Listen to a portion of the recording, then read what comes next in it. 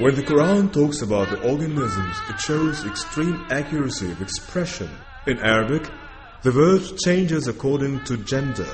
So the Quran uses the term that expresses the bees that build the bee cells are females. How did Muhammad know that? Also, when Quran talks about the ants, he said that حتى إذا أتوا على واد النمل قالت نملة يا أيها النمل ادخلوا مساكنكم لا يحطمنكم سليمان وجنوده وهم لا يشعرون. He said it's a female ant, and he proved that the ants have a female queen. Then Quran said that the ant talked to the other ants. This was a science fiction at that time. But that's exactly what Professor Robert Heitling discovered in the 90s. And after 6 years from studying that the insects are really talking with actual voice, after a few words, there is another hint that the Quran used the term crack, not any other verbs. And now we know the ants have external solid skeleton that is actually cracked under pressure. How did Muhammad know these accurate facts? Not only Professor Dr. Maurice Bucaille, the famous French surgeon, but also Professor Dr.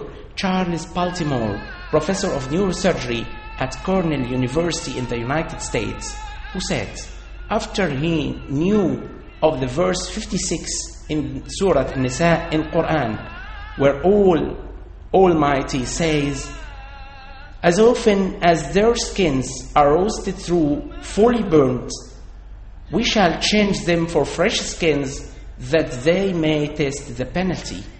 After his acknowledgement of this verse, he thought and then said that the function of pain sensitivity and how it happens was something we needed to study for decades, and the Holy Quran said it in just one statement.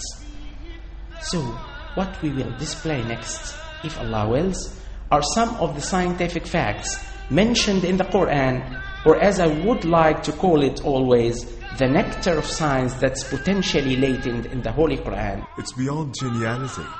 All of these miracles, all of those facts, legislation, philosophy, astronomy, biology, without one mistake, without any one little mistake, it can never be a human feature.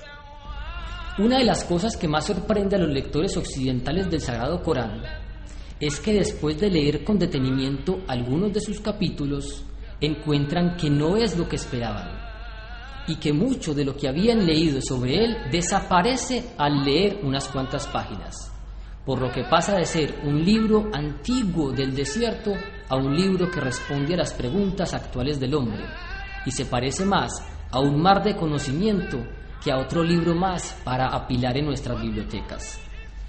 Cada verso del libro de Dios contiene conocimiento que puede ser percibido por los humanos al desarrollar las ciencias y desvelar los secretos del universo y la creación entera.